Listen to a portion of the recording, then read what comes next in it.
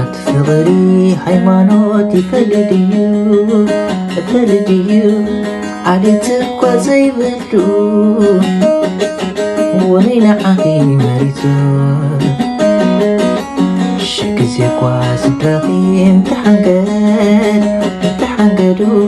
ወነይ ምሳኺ ዘሎ ልበይ ሰሪቡ ኣብቶም ሰባት ፍቕሪ ሃይማኖት ይፈልድዩ ዓሌት እኳ ዘይብሉ ወነይ ንዓኺ መሪጹ ሽግዜ እኳ ስድራኺ እንተሓንገዱ ልበይ ምሳኺ ዘሎ ወነይ መሪጹ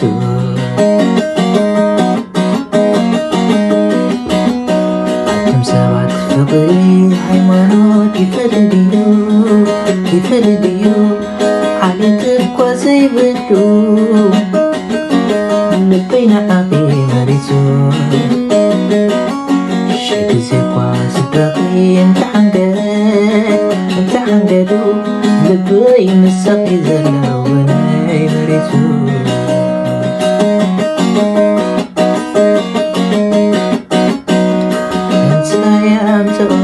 እንሳያምቶ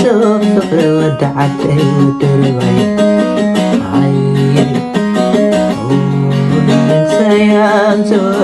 እንሳያምቶ ፍቕርና ስለማይ ክሳናይ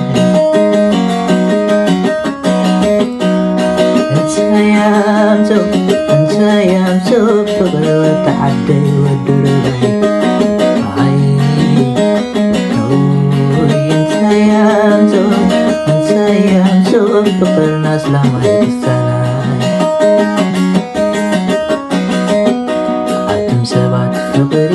ሃይማኖት ይፈልድዩ ዓሌት እኳ ዘይብሉ ልበይ ንዓኺ መሪጹ ሽግዜ እኳ ስድራኺ እንተሓንገዱ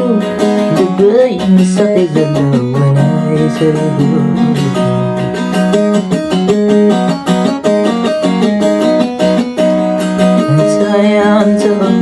እንሳያምቶ ፍቕሪ ወዲ ዓደይ ወዲ ርባይ እንሳያምቶ ፍቕርና ስለማይ ክሳናይ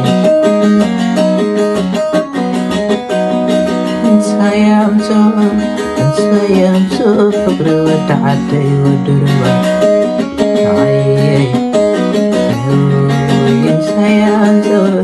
እንሳያምቶ ፍቕርና ስለማይ ክሳናይ